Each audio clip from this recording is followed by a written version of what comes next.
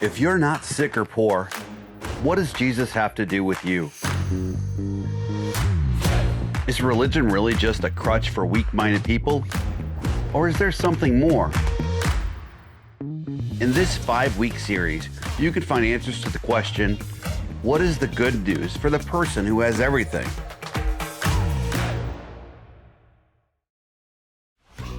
Do you have a favorite inspirational quote? It's kind of hard to get away from them and even harder to escape the ideas behind them. You know, like that work hard, play hard thing. You can have anything if you just work hard enough. Nothing in life is free. Just keep going. A quick internet search yielded these gems. The greatest pleasure in life is doing what people say you cannot do. Genius is 1% inspiration and 99% perspiration. Supposedly that's by Thomas Edison, but I have no idea if that's true. There are no shortcuts to any place worth going. Then how about this cold dose of reality from Tracy G? My Roman Empire is the fact that personal development books marketed to women are shelved in the self-help section, but books on similar topics marketed to men are in the leadership section. Weird, that. We're surrounded by the message of working and earning and personal development. So we bring it then to our faith. There's this temptation to try to earn our way into God's favor. And it's especially appealing to white middle-class people. Most of us from the time we were children have been told by our Depression-era parents and grandparents that we have to work for what we want and that we can get whatever we want in life only by dedication and education and persistence. And many of us become so convinced of this that we begin to believe that hard work is the answer to all of our problems and our needs. Like I said, we bring this approach to our faith. When we come to worship then and we open our Bibles, and it looks like sometimes that hard work and grand gestures are valued. Like we open our Bibles to one of the accounts of Jesus' life and ministry, and we see this story of a man called the rich young ruler. And he came to Jesus asking, what do I need to do to be saved? And Jesus responds with a list of thou shalt nots, like thou shalt not murder, don't commit adultery, thou shalt not steal. And the guy's like, check, check, check. I've done all those things since I was young. And then Jesus adds something else. He says, go and sell everything you have and give the money to the poor. That's a grand gesture if I've ever heard one. And our minds then fill in the blanks. Like, surely I have to do something drastic to get God's love. Surely I have to make some grand gesture in order to prove to God how serious I am so that God will let me into the club. But the message of Jesus is good news about a status which we already have with God, which we don't need to earn and you can't work for. You can't work to earn the right to be your parent's child. You know, you already are that child. So the question we're facing is not, what can we do to get God to love us? The question is, what can we do in light of God's love for us? Like maybe Jesus was inviting the rich young ruler to live in response to God's love, in freedom from greed, in freedom from a scarcity mindset, in freedom from the need to earn God's love. What if you don't need to do anything to earn God's love? What if it's already yours? Because here's the thing, Jesus is the answer, which makes our question, what must I do to be saved, irrelevant and unnecessary. We're in a series based on the book by Will Willimon, which is currently in our micro bookstore, and it's also for sale on Amazon. I'm sure you could order it through any of your favorite local bookstores. And this series is called The Good News for the Person Who Has Everything. And we began last week asking the question, do I have to be weak in order to receive this good news? Today we're learning about this good news, that it's already yours. Next week we'll discuss how the good news is a gift to be used, and then how the good news leads us to a life of gratitude. And finally, we'll ask if the good news is something we engage on my own. So today, I wonder how things would shift for you. How would your faith change if you came to the realization that you don't have to earn God's favor, that it's already yours. How would that change your faith? Like, what if it's only when we sense the permanence of God's love that we can recognize the fickleness that lives in us?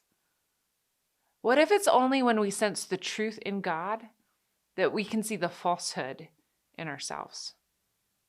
And what if only Christians can really be sinners? Because they're the ones who know just how much they're loved and can never really sense how much they've betrayed that love of God. Let's pause here for a chat question. Where have you noticed that message that you have to work hard to earn success or love? Turn to someone around you or put it in the chat.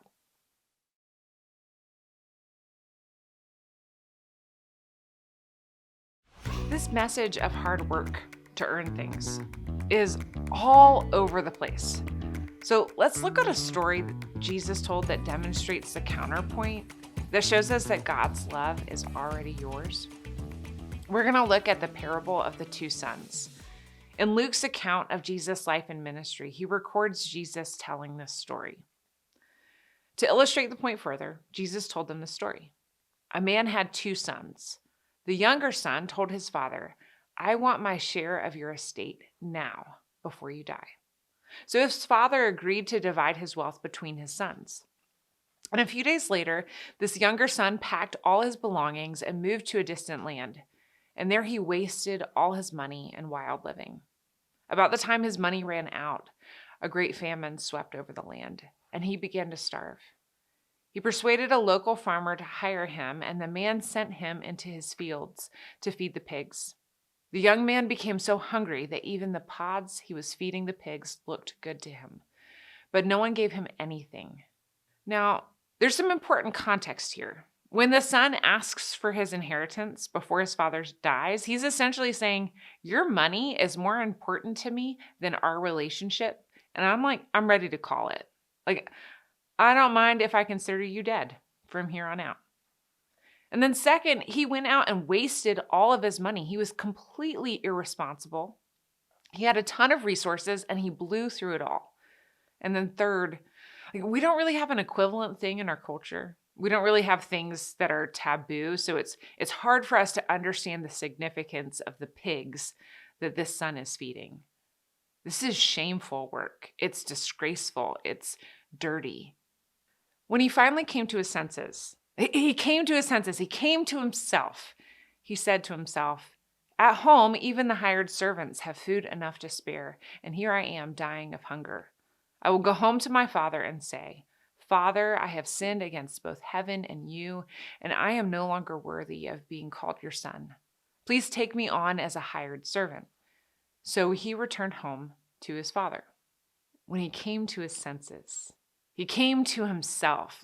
He has this realization that his father has resources.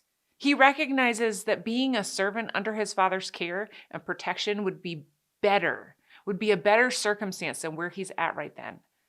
And at this point, he's ready to accept the role of a servant because he knows his father is the answer. And then while he was a long way off, his father saw him coming. Filled with love and compassion, he ran to his son, embraced him, and kissed him.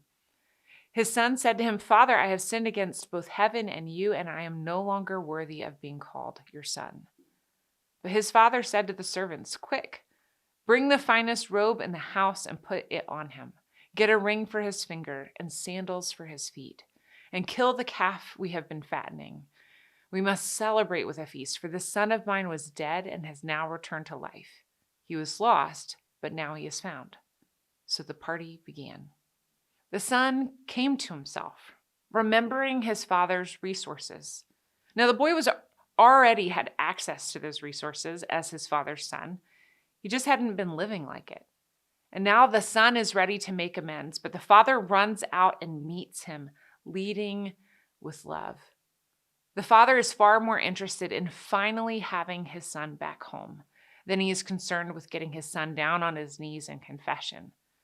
The son expects to be treated like a pauper, but his father puts a ring on his finger and receives him like a prince. So This is the son's good news. The son remembers that the father is the answer. Now, at first, he doesn't remember that his father loves him, although his father does, but he knows that his father is the answer. He knows that the resources of the father will meet his needs.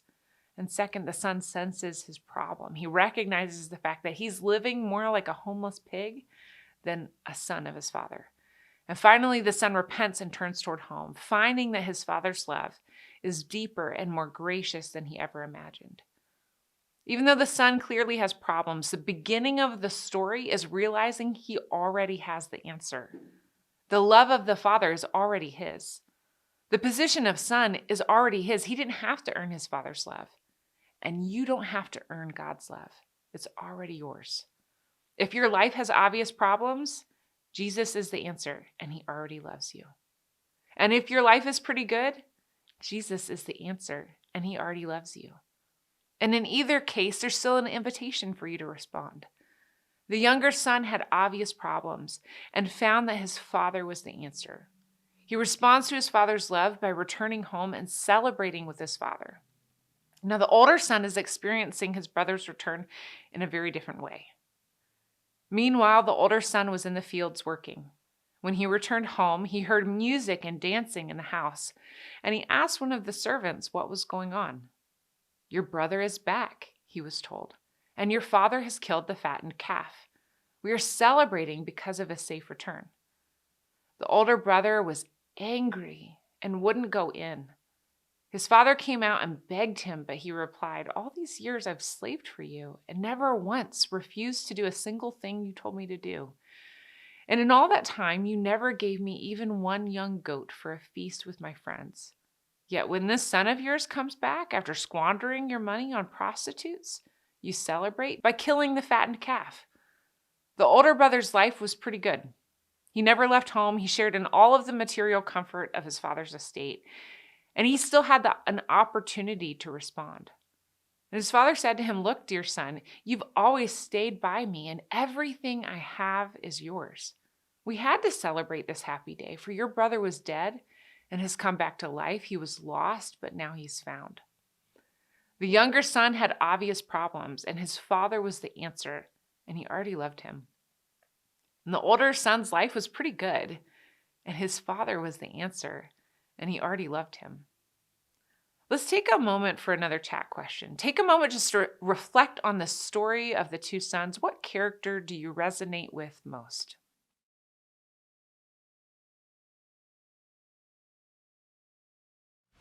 Again, if your life has obvious problems, Jesus is the answer, and he already loves you. And if your life is pretty good, Jesus is the answer, and he already loves you. What would change in your life if the foundation of your faith was that Jesus is the answer and he already loves you? Well, I think it would lead to a more mature faith, one that's rooted in God's love for you. And this foundation changes everything. And in light of that, when Jesus says to his disciples that they must become like little children to enter into God's kingdom, I think that's about living as a child who knows deep down to their core that they're loved by their parents.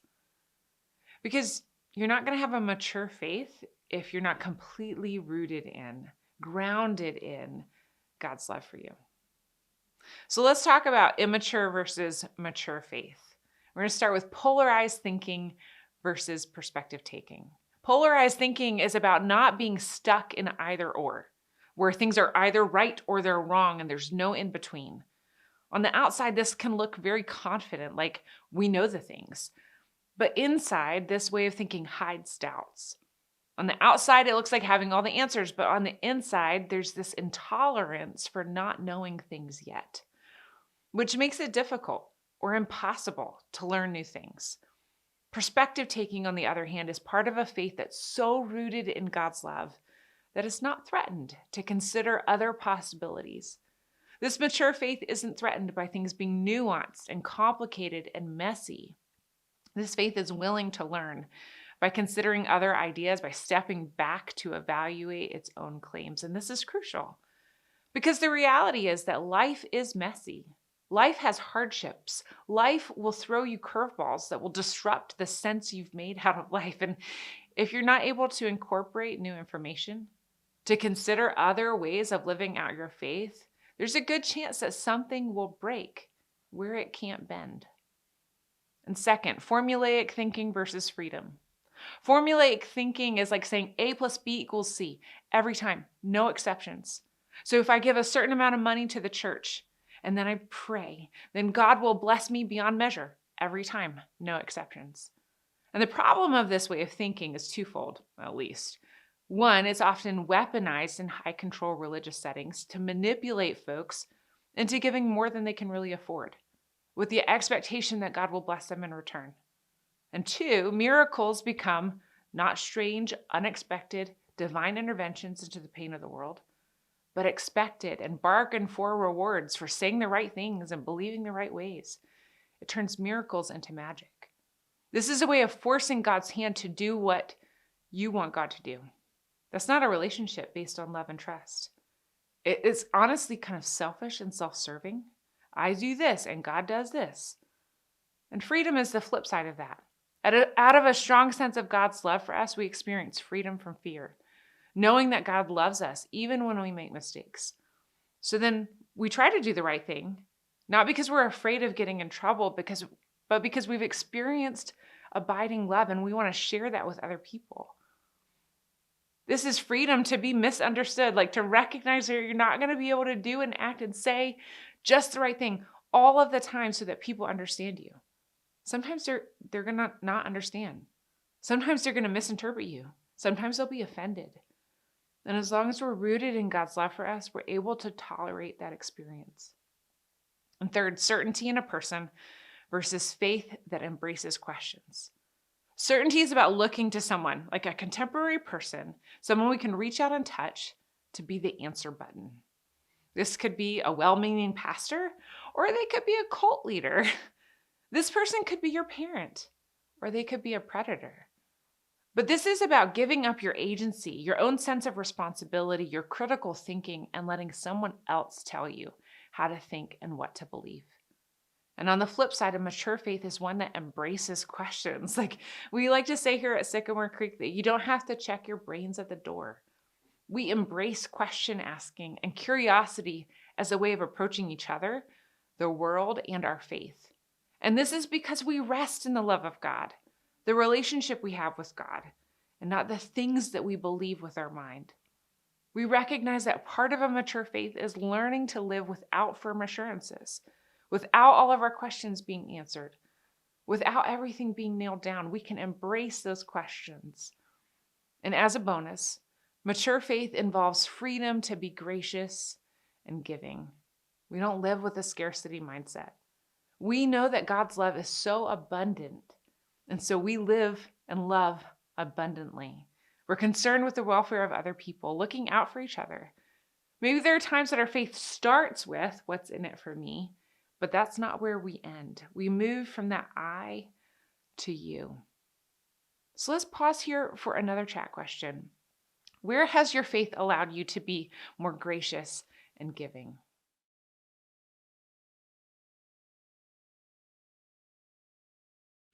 This mindset of work hard and earn success, desires, rest is pervasive. I'm sure I'm not the only person who has a vague sense of guilt for taking time to rest.